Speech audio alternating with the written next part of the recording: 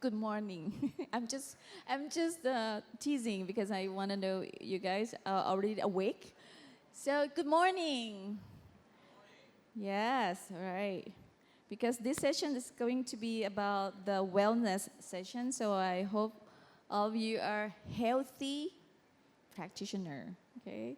So today in this session we will talk about the future of human longevity, how Thailand leads the wellness economy through the multidimensional health span. And here we go, Dr. Diane Duncan from US, my dearest for everything. We do everything together, yeah. No, that's okay, that's okay. And she's here. Okay. So on the stage we have our honored guest, our speaker from the biggest healthcare provider, private healthcare provider in Thailand, and this is the biggest network and private hospital.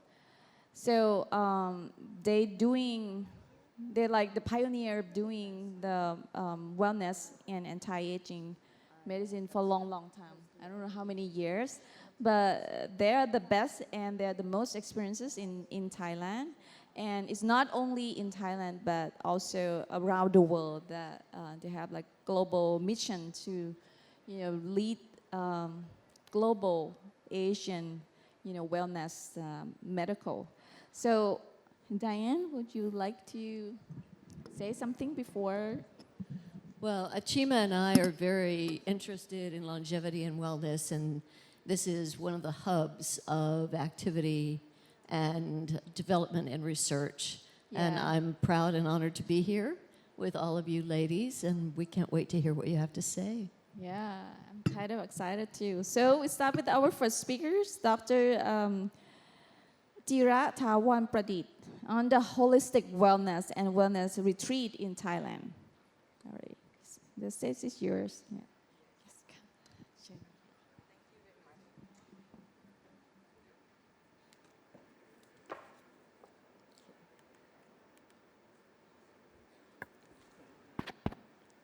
Thank you very much, Dr. Ajima, Dr. Diane, and all of you in this room. And thank you everyone for being here at the MCAS Asia 2026. My name is Dr. Jila Thawanpadit. I am a Director of Preventive and Wellness Clinic at BDMS Wellness Clinic and part of Bangkok Dusit Medical Service. As Dr. Ajima mentioned, we are the pioneer of holistic care in Thailand. And over the next 10 minutes, I want to take you on the journey to Thailand approach to holistic wellness and wellness retreat and show you why Thailand is not simply destination, but its international standard of whole person care that directly relevant to what you do as an aesthetic and aging science practitioner. And let me start with some data that come direct from our research partner, the Global Wellness Institute, GWI. GWI is the world leading non-profit research organization of wellness industry because the report about the Thailand wellness story is built on the two very powerful foundations. The first is spa and wellness tourism. Thailand wellness tourism market raised 14 billion US dollar in 2024 and growing at 36.4% year on year, one of the fastest growth rate in the world according to GWI data. And our signature destination is Phuket, Chiang Mai, Koh Samui, and Bangkok here that you are here, that recognized as a destination. And Nuat Thai massage is formally recognized by UNESCO as an intangible cultural heritage. And the secondary foundation is medical tourism. Thailand welcomed 3 million international medical tourism in 2024. And about the medical tourism market, growth is a growing rate at approximately 10.1% CAGR and projected to 24.8 billion US dollar by 2036. And we have 66 JCI accredited hospitals as of early 2025, the highest concentration in Asia. And about the top procedure includes cosmetic surgery, fertility treatment, and orthopedic, including anti-aging care. And what is happening now, that's right? These two worlds are converging, and spa heritage and precision medicine are becoming one. That's why about the world-class scientific wellness here. And I want to give you a big picture of how wellness have evolved over time because it helps explain where BDMS sits today.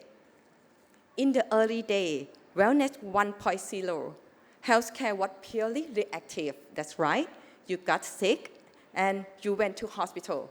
That's what it. And then become wellness 2.0. We start doing annual checkup and basic screening. C is still reactive, but slightly earlier. Wellness 3.0 is the most people think of when they hear Thailand wellness. Let's guess. It's about spa, resort, relaxation. All of it is quite beautiful, but you can see it's not half scientific driven. And Wellness 4.0, we brought integrative medicine, combining conventional medicine with alternative approach. This step forward, but still missing something about the precision. And now, this is the main point of this slide, about the Wellness 5.0. This is where we are today. It is no longer about waiting the problem is appear. It's about using the real data from your body, about your gene, your biological age, and your biomarker to understand your body deeply, predict the risk before they become the disease, and build personalized health plans. Think of this way. For example, about instating or fixing the car after it breaks down. We are continuously monitor the engine, catching the problem early, and keeping it running at its best.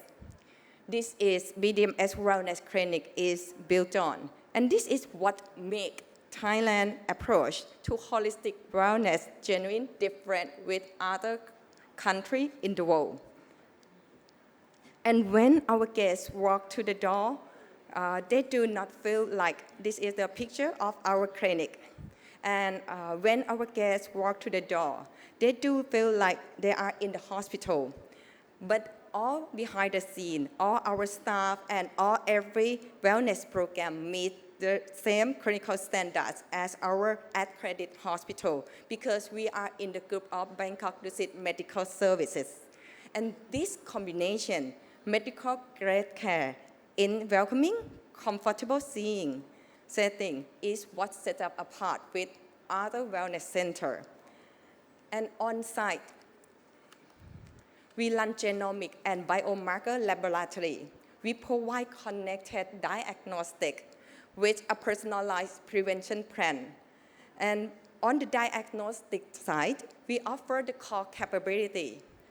We use the biological age like epigenetic clock and telomere to determine your real biological age, not relevant with chronological age. And the second is about HRV and variable device data to understand automatic function and recovery capacity. And the third one is about gut microbiome. We use the personalized nutrition guidance based on individual gut microbiome composition. And the fourth thing is about biomarker and genomic lab that can tell you which disease you are most likely to develop year before you feel anything. We're not getting anything. Your specific risk based on your own biology. This is what separates us from traditional wellness. We do not guess what your body needs. We measure it, we analyze it, and we build your program around your evidence. And now, Let's talk about what holistic wellness look like in my practice. Specifically, why Thailand can offer guests that nowhere else in the world can replicate. We structure our program around the 3 dimensions of whole person health, about body, mind and spirit, and aesthetic wellness. Let's deep down to the first composition about the body. Comprehensive screening and early disease detection, personalized longevity protocol built from each guest biomarker. And we also offer nutritional medicine, IV therapy, and physical restoration program. All of this based on all science and all personalized. Next one, about mind and spirit, about the wellness program. And this is where Thailand cultural heritage become a clinical asset. Meditation and mindfulness and mental health coaching, Nuat Thai massage, herbal wellness, herbal therapy, and sound healing, and spiritual wellness through Buddhism practice and forest bathing. All of this here is not optional add-on, but all of it are integrated into every guest wellness journey, focused on evidence-supported therapeutic intervention. And third, aesthetic and anti-aging integration. And this is directly relevant to everyone in this room. About regenerative and anti-aging treatment are positioned when holistic pathway. It's not isolated procedure when I work about the anti-aging and check biomarker. We have the medical infrastructure, we have the diagnostic tool, and we have the wellness heritage that support aesthetic outcome in the way that very few countries can match. And what this creates for you as a practitioner is a real opportunity. Your aesthetic expertise combined with Thailand diagnostic and wellness ecosystem that in Thailand have, deliver outcomes that are better, long-lasting, and more meaningful to our patient. And this is not just about how they look, it's about how they feel, it's about how they experience when they come to Thailand to get the treatment, and how long they stay well after they go back to their country. And this is the collaboration that I'm inviting you into today. And so, how does all of this come together as an international guest? At BDMS Wellness Resort, we have the resort in our clinic. We have built what we call the retreat clinical hybrid model. The concept is straightforward. Clinical grade program embedded direct into hospitality experience. And it follows 4-step journey. Step 1 is about pre-arrival screening. We send remote health questionnaire to gather your baseline biomarker. We already know their health profile by the time they arrive. Step 2 is about on-site diagnostic. All guests will go through DEXA scan, MRI if they need it, blood and hormone panel, and fitness analysis. This gives us a complete physiological picture. Step 3, about integrated treatment. This is where clinical therapy meets the Thai heritage. Medical treatment run alongside Thai herbal medicine, traditional massage, and meditation is not separate offering. We combine it together like the unified care plan, very important and unique plan for our customer. And about step 4, how to make their health benefit are sustained. About telehealth check-in, about longitudinal data tracking, we have the system to support post-return follow-up. And none of this possible without the right person. And none of this, it is sustainable without the right policy environment, that's right. Thailand has, on the policy side, Thailand has a 10-year nationality wellness strategy, running from 2028 to 2032 with the clear vision to become the top 5 global wellness hub by 2030. Our targets are ambitious, but it's grounded. We are working to reduce premature deaths from non-communicable disease by 33% and to extend national health span from 65.8 to 75 years. And our government committed with this policy. They dedicate funding for medical hub zones. From the workforce side, we have launched wellness literacy strategy.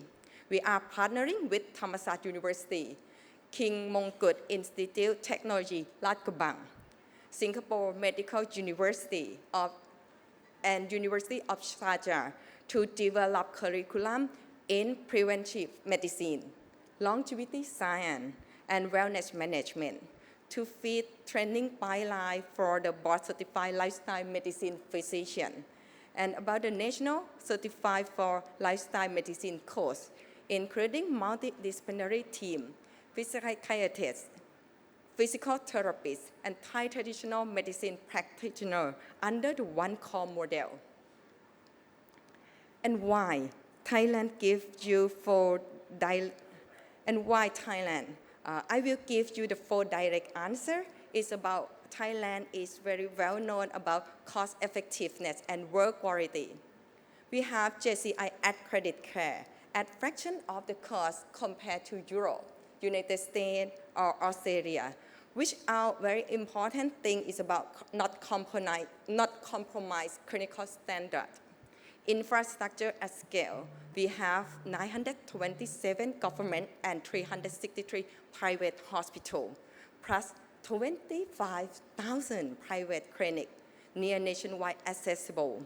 And about the wellness traveler, it is not secondary benefit for the hospitality-driven care model. It is an essential component of the healing experience. And the 4th one is about Bangkok. It's the most connecting aviation hub in Southeast Asia. You can come to Bangkok with many flights around the world, and Thailand accessible for patients who travel from across Asia Pacific and Middle East and Europe. That's right. And when we bring everything together, and Thailand is not simply for wellness destination. That's right. You think that we have the place where ancient healing tradition and about the science come together to create something unique with other places around the world. Wellness at international standard of care. This is the main point that I would like to know from this presentation. And we have the heritage. We have the clinical infrastructure. We have the policy backing. We have the trained people. And I want this community to be a part of what comes next. And 3 specific invitations for IMCAS community this time. First thing is about wellness resort referring network. About to connect your international patient with Thailand holistic wellness retreats and clinical program. We welcome referral partnership with practitioners worldwide. Second, about the clinical research collaboration, about the joint study in holistic wellness outcome. This is still very new. And the integration of aesthetic medicine into wellness pathway. And our patient cohort and diagnostic are genuine research asset. And third thing is about training and exchange program, cross-border fellowship in integrative medicine, preventive care, and Thai traditional healing for practitioners who want to understand this model firsthand. And all of this, thank you so much. I would love to continue this conversation about the Thailand, where is the holistic wellness meets scientific excellence with you during the conference. Please feel free to find me and connect me with the BDMS Wellness team. Thank you very much. Thank you so much. Really interesting. I believe that everybody need a massage now, right? We all need a massage. So we keep a question at the end. Diane, would you like to? I think We should proceed with our next speaker. Okay. But I'm very interested in hearing about your lifestyle medicine accreditation because we don't have that in the U.S. I so think that's we'll what do I'm that gonna at the say. end. That I think we are like a few countries that have lifetime medicine certifications. Yeah. Anybody else would like to join our? I wish that I can tell them to do it in English. So anybody can also join the certification maybe. That would be interesting. Yeah, that would be interesting. Okay. All right. Our next speaker will be Dr. Nathalie Bunsirapathsorn. She will. Oh, sorry. Dr. ใช่ไหมคะ Nathalie. Okay. I'm sorry. You see, even Thai, even I'm Thai, but sometimes it's difficult to pronounce Thai name. Okay. So she will talk about scientific wellness.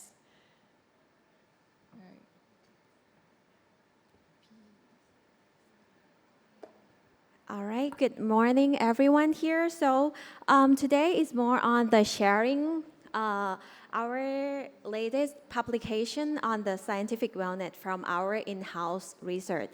So basically, I will ask everyone here, normally if you are in the wellness ecosystem, you should have seen this picture before. But here, I would like to see anyone here have seen this picture before. Can I see your hand?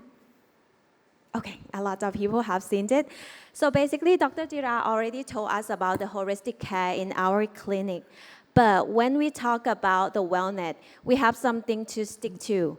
The very primary one is to stick to the lifestyle medicine, like the nutrition, exercise, stress, sleep, avoiding the toxic stuff, and also the relationship with people.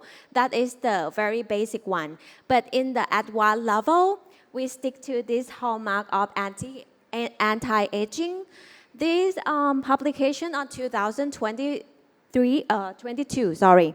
So basically, the primary things that make people aging is the genomic instability, telomere attrition, epigenetic alteration, loss of proteostasis, and also disable macroautophagy. I think a lot of people here have heard about NAD on NAD, right? So right now, a lot of scientific research try to fix all 5 the laboratory related to this one. The NAD one, do you want to guess what is that they are trying to fix the aging? Oh, sorry.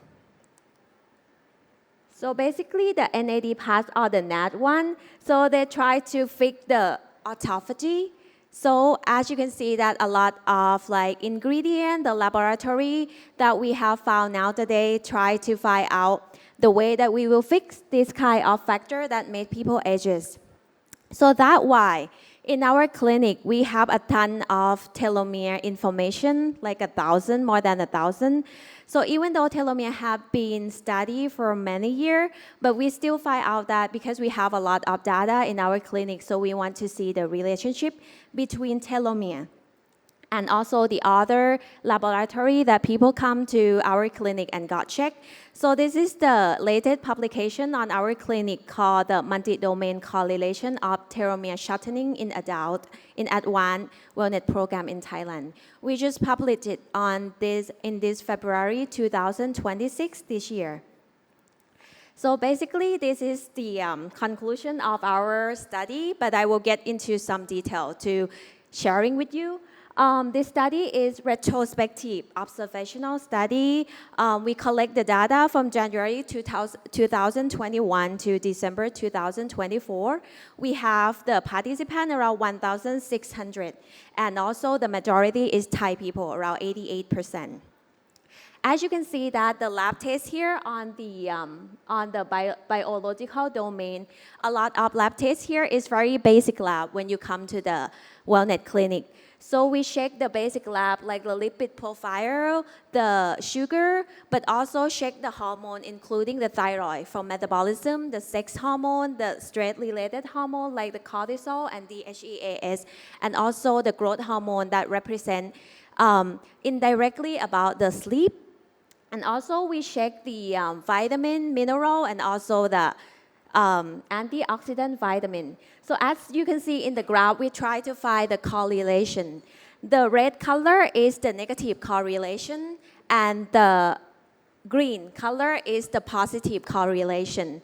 The intensify of the color is the higher significant or correlation between telomere and each factor that we have seen here. From this graph, as you can see, we analyze a lot of data and have incoming data that we will analyze more. But I want to show you 3 relationships that is very significant from our study. The first one is telomere and glucose metabolism. As you can see that from the graph, from the table earlier, the glucose showed a very late convert on this graph, meaning that it showed negative correlation between telomere and glucose. And then as you can see here, the graph showing that the higher glucose, the lower telomere length. As we know that telomere is the aging biomarker, the shorter, the higher risk of several diseases, including NCD and also cancer. As you can see that the data is very stick together for the sugar, HbA1c, and also the glucose, meaning that it's very strong correlation. And also the lower one showing the telomere is higher.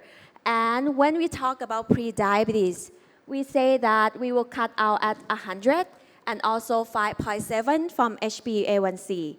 But this graph shows us a little bit about the optimal range when we talk about the wellness. We don't cut off by the reference range from the lab, but we cut off something from the optimal level. This graph shows us a bit guidance that not around this turning point, you can see that it's turning point around 90 for the sugar. So if we aim for not pre-diabetes, but for the cellular ages, we might need to aim for sugar around 90 for the lab here. And then also HbA1c. Normally we cut out at 5.7 for pre-diabetes, but from this lab, it might be a little bit lower than 5.7, like 5.5, that at that point, our body might start to be degenerative by the toxic of the sugar. As well as the insulin. In the wellness clinic, normally we check the fasting insulin as well, because even though your sugar doesn't change, but you might show us some insulin resistance, which is the precocious side that we need to help them figure it out with the lifestyle modification. As the insulin graph, you can see that it's not as strong as the sugar because insulin fluctuation easier than the sugar and HbA1c. But it also shows some sign that the lower insulin, the higher telomere range. And when the insulin is start to jumping up high, the telomere start to drop here. So we stick to the pack of the information here. So as you can see that for the normal reference range in insulin, it's it's 2 to 25. But as this graph, the turning point is around 8, which when we calculated HOMA-IR, around 8 to the fasting blood sugar, is the same that is showing some level of insulin resistance. So from this overall, we would say that the sugar have very, very strong negative effect on the cellular level of the aging. The next one that we found here is the hormone called DHEA. Some people might have heard about it, some people might not have heard about it because this hormone, we use it to represent the stress-related hormone along with the cortisol. The DHEA, as you can see that from this graph, from this research, it starts to drop around 30 years old, which is very normal that normally I like to ask people when we start to age, but today I forgot to ask that, but I already tell you that it's around 30 years old that we start having like the degeneration.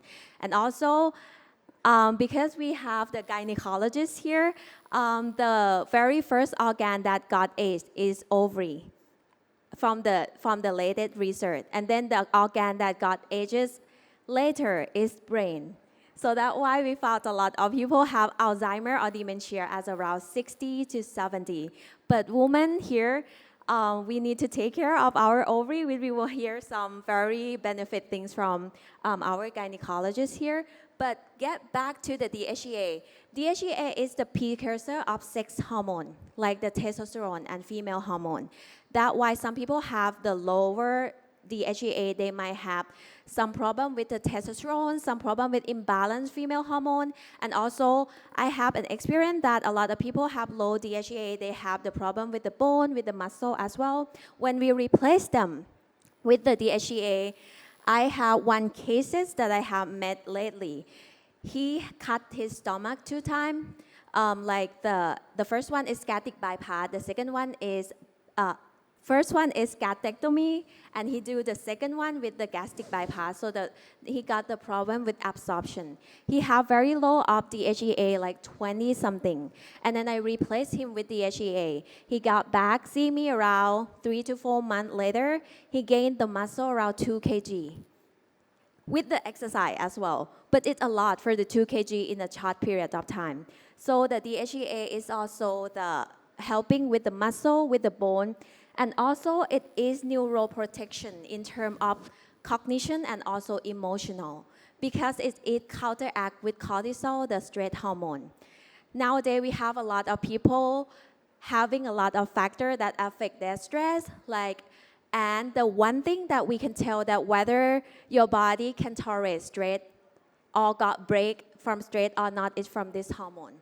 When you have stress for so long, like 3 to 6 months, your body will try to fight with it for so long, and then if it fight until the time that they cannot fight at all, this hormone will start to drop. And then the symptom that you got is brain fog, waking up, low energetic. So this hormone is very important, and it shows in the cellular level as well that when you have the low level, you have you have the shortening of telomere as well here on the around, I think around 50 something. But normally from the reference lab, the DHEA normally for men is below 80 for the deficiency, and for women is below 30. But I tell a lot of my patients that we don't want you to go that low because it's helped with the emotional state as well. So we don't want you to have low barrier to fight with the stress. So basically, as you can see, the turning point is around 150.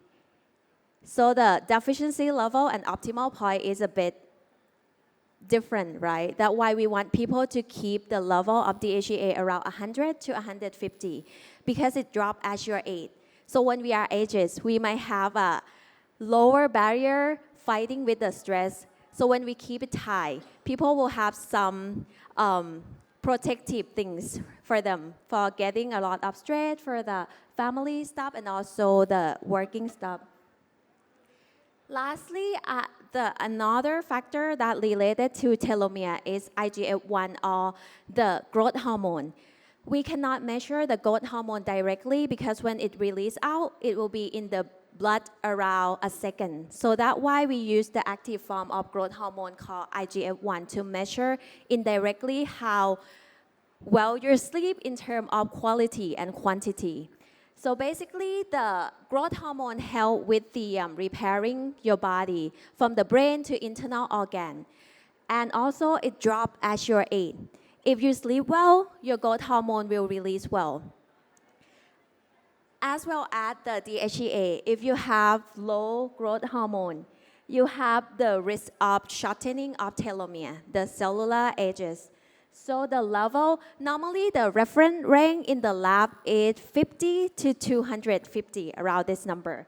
But as you can see that the turning point, that might be the optimal level, might be around 100 to 150.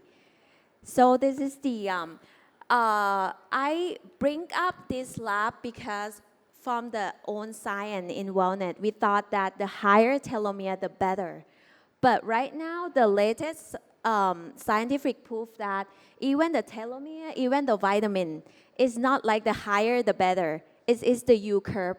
So you need to get the optimal level, not too low, to have risk of osteopenia, inflammation, sarcopenia.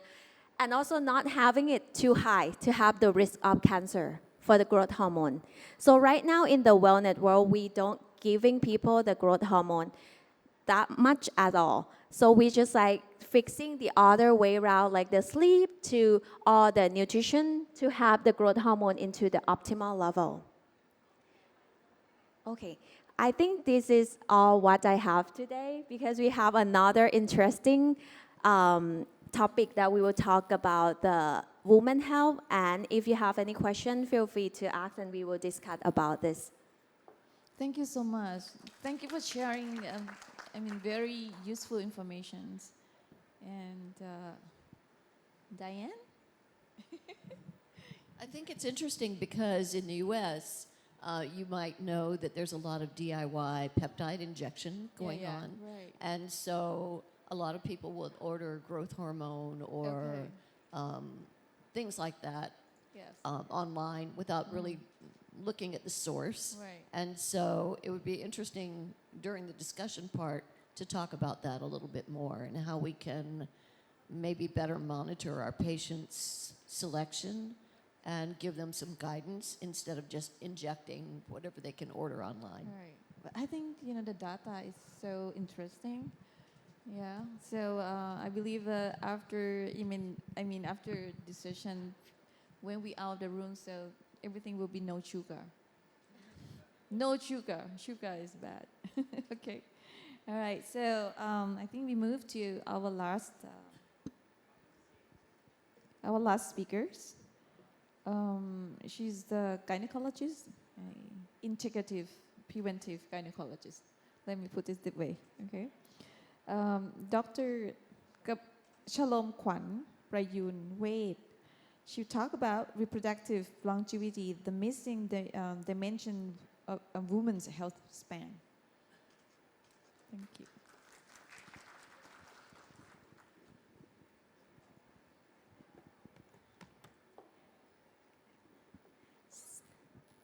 So good morning, everyone.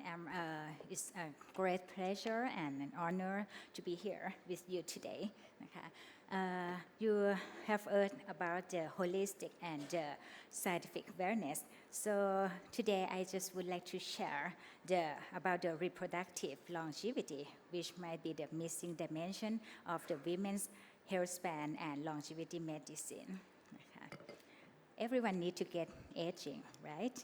And we know that right now people live longer, but so you can see that also with the women, the life expectancy has quite very double. It's like double compared to many years ago. Up to now, the life expectancy is about 80 or more in many countries for the women, but the menopause age or reproductive age is still the same. It's still about 49 to 51 years old. That means women need to live their life in about 40% of their life in post-menopause or post-ovarian aging. So this is the thing, because how to close or make the gap that become narrow. The gap between lifespan and reproductive health span should be more closer. Because we know that during menopause, when the ovarian is declining to produce the hormone, there are many effects about the many systems in the body. And we know that 50% of the population will be in the menopause stage, and about 75% of these women will have the menopausal symptoms. And we found that about 1/3 of this group have faced the severe symptoms that interfere the quality of life. You can see in the slide that there is many symptoms, but the most common symptoms is about the vasomotor symptoms, the loss of bone mass, enhanced to the osteopenia, osteoporosis, the metabolic disorder, the mood swing, depression, or burnout. And for the GSM is the genital urinary syndrome of the menopause. Sexual health is another thing that many couples have the problem for that during the menopause and for the cognitive function as well. So, and this is IMCAS. So we know that after menopause, there is the effect about the skin as well, because we know that the collagen production will much declining.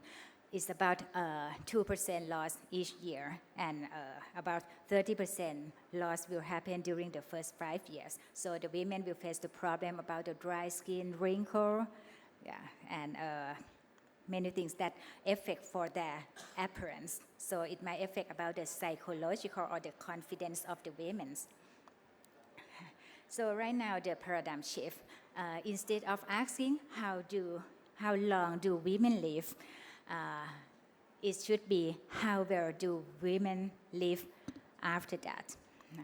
So you can see that if we can optimize the healthy lifespan, health span to become longer, so the women can live the life with the healthier, happier. The time that they will have the age-related disease will become shorter. So this is the thing.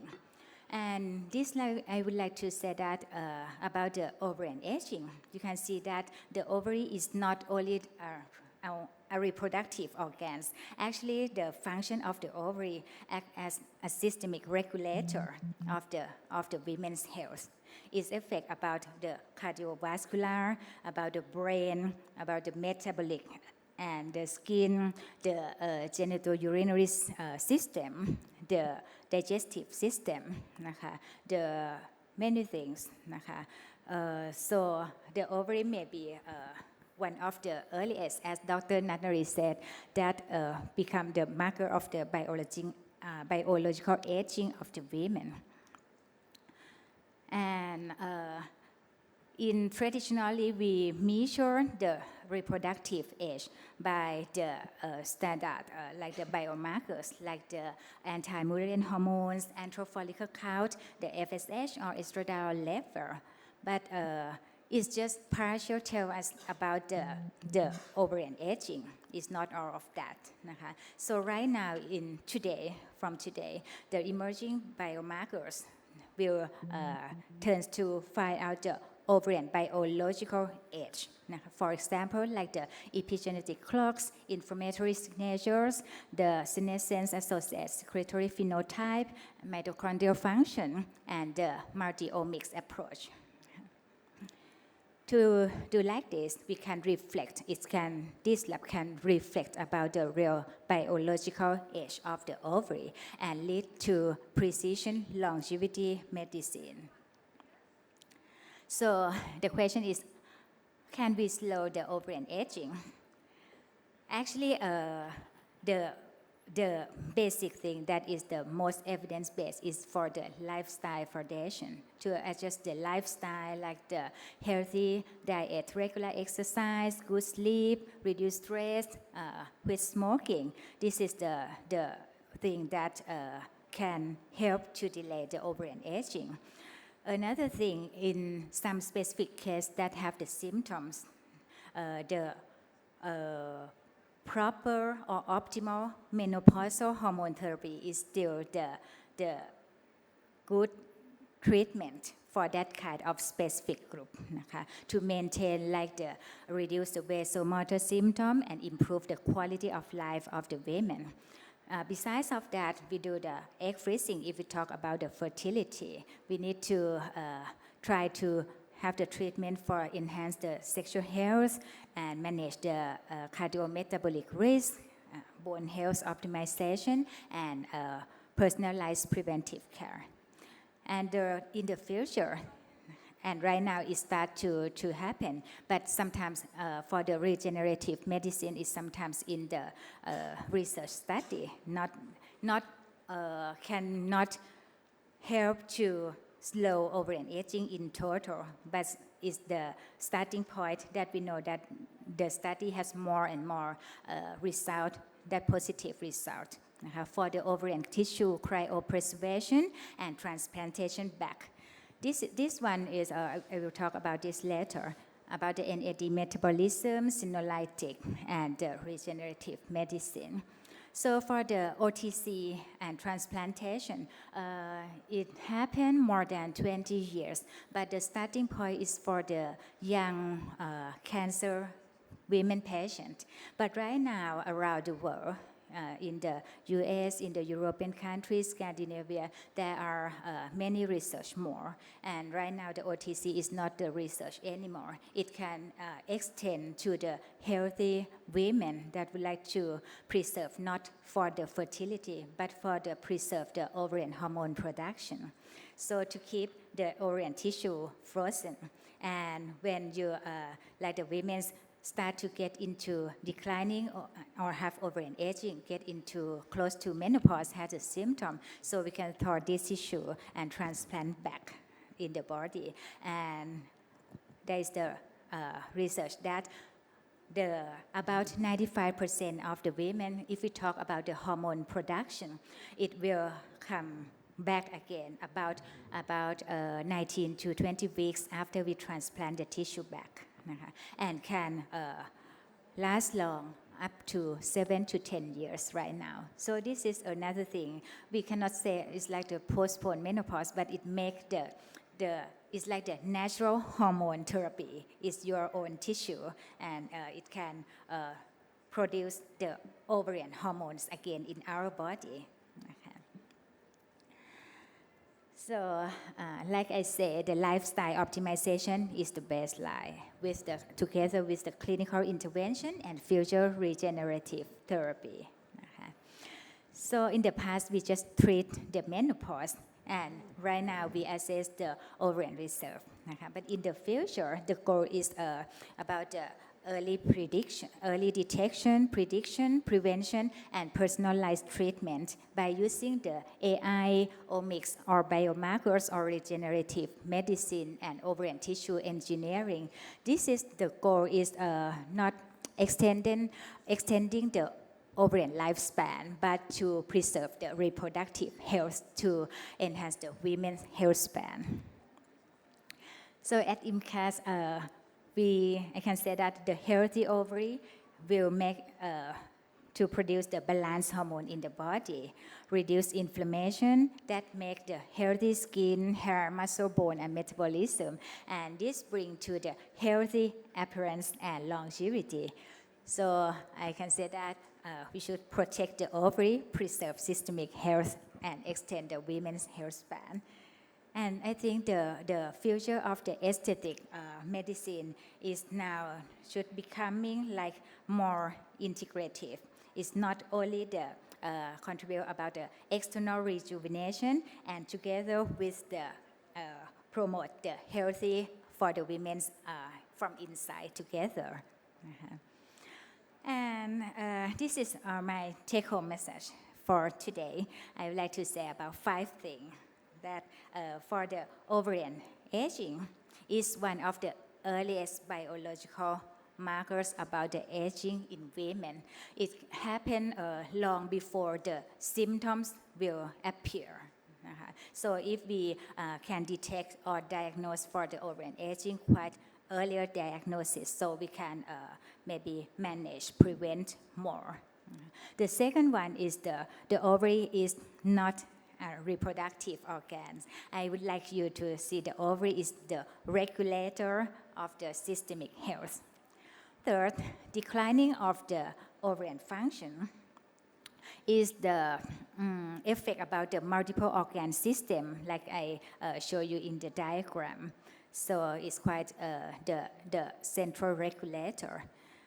Fourth, about emerging biomarkers and precision intervention will offer us a new opportunity to preserve the ovarian function and extend the women's health span. And the fifth one, the last one, reproductive longevity should become integrate to the component of the health span medicine as a central pillar of the women's health span.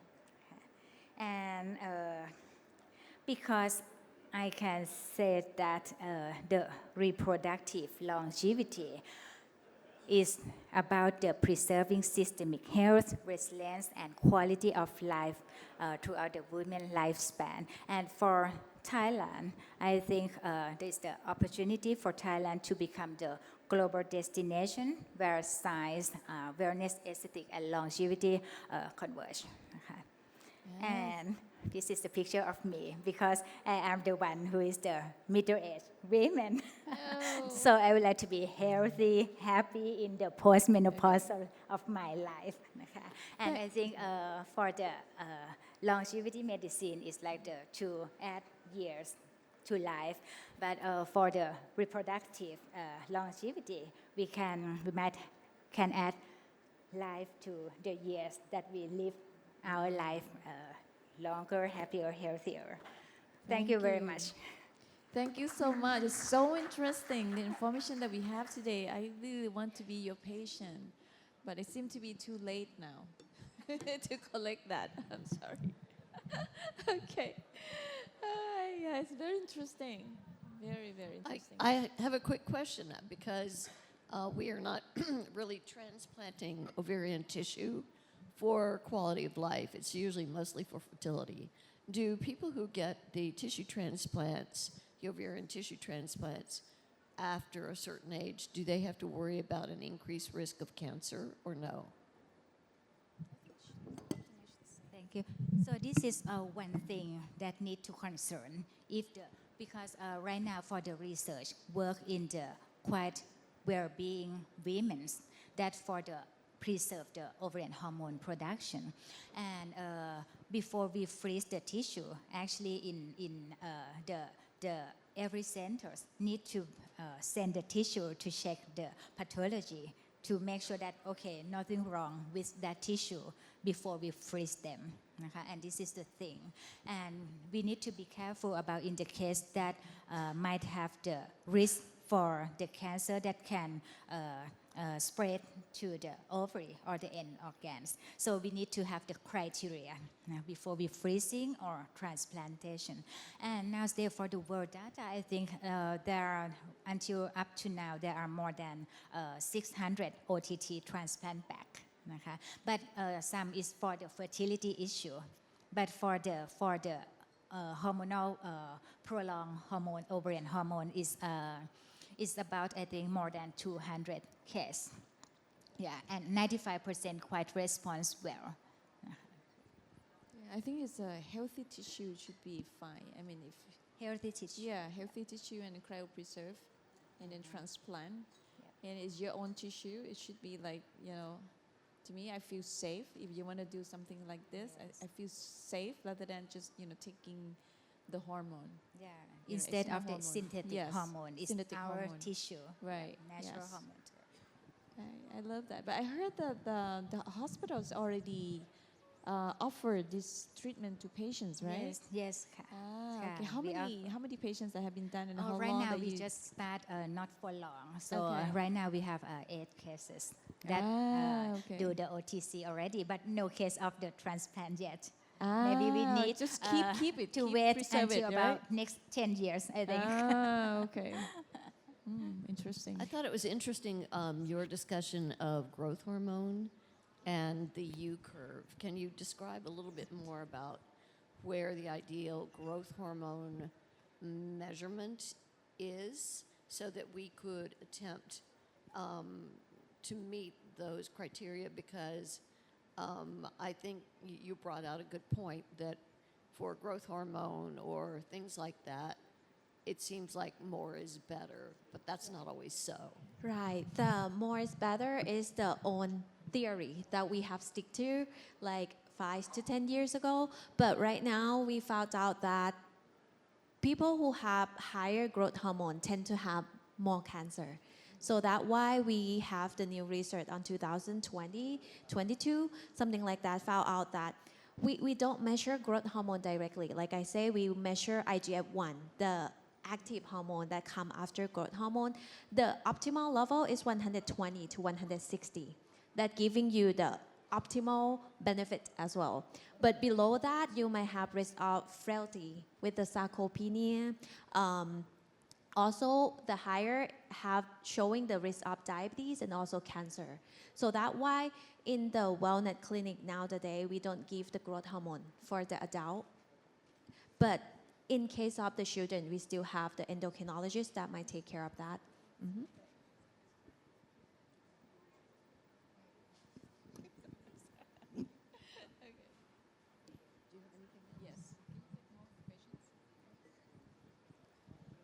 I have a question about the DHEA. How do you supplement DHEA here in Thailand? We have two ways to do it. So basically, supplement DHEA directly. Yeah, for we measure the HEAS in the blood, but we supplementation, the woman will be the lower than men dose because this hormone can turn to be female and male hormone. That's why we need to check thoroughly on the risk of breast cancer, ovary cancer, or even prostate cancer in men before giving to women or men.